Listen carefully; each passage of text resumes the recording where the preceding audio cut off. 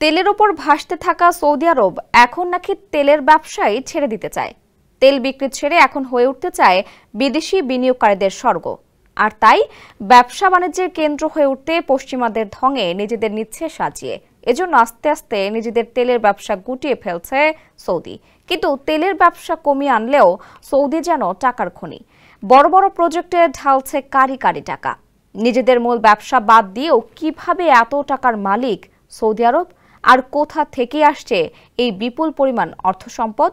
বিস্তারিত থাকছে প্রতিবেদনে। যমুনা ইলেকট্রনিক্স ঈদে ডাবল খুশি অফার সিজন 3, যে কোনো পণ্য কিনলেই পাচ্ছেন নিশ্চিত ঈদ উপহার। তেল সমৃদ্ধ দেশ সৌদি আরব, কিন্তু তেলের দাম কমে যাওয়ায় খুব একটা চিন্তিত নয় দেশটি।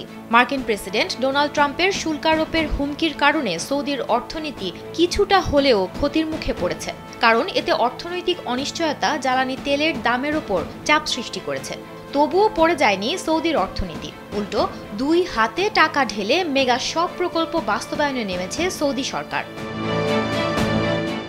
অর্থনীতিকে তেলের নির্ভরতা থেকে সরিয়ে আনতে নিয়মের মতো মেগা প্রকল্প হাতে নেয় সৌদি।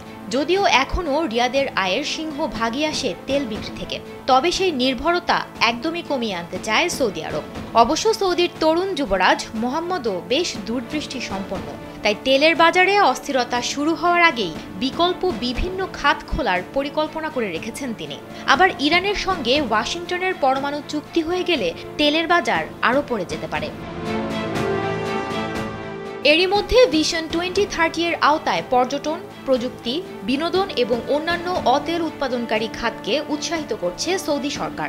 যদিও এর পরিবর্তন একটি দীর্ঘমেয়াদী প্রক্রিয়া, তবে ভবিষ্যতে এটি সরকারের আয়ের একটি অতিরিক্ত উৎস তৈরি করবে এবং তেলের ওপর একক নির্ভরতা কমিয়ে ফেলবে।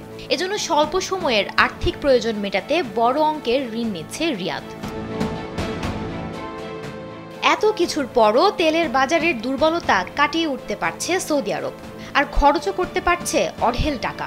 এর প্রধান ভিত্তি হলো তাদের দীর্ঘদিনের জমাকৃত সম্পদ, মজবুত বৈদেশিক মুদ্রার ভাণ্ডার এবং আন্তর্জাতিক ঋণ বাজারে তাদের সহজ প্রবেশাধিকার। সুমনা মোস্তফা, কালবেলা।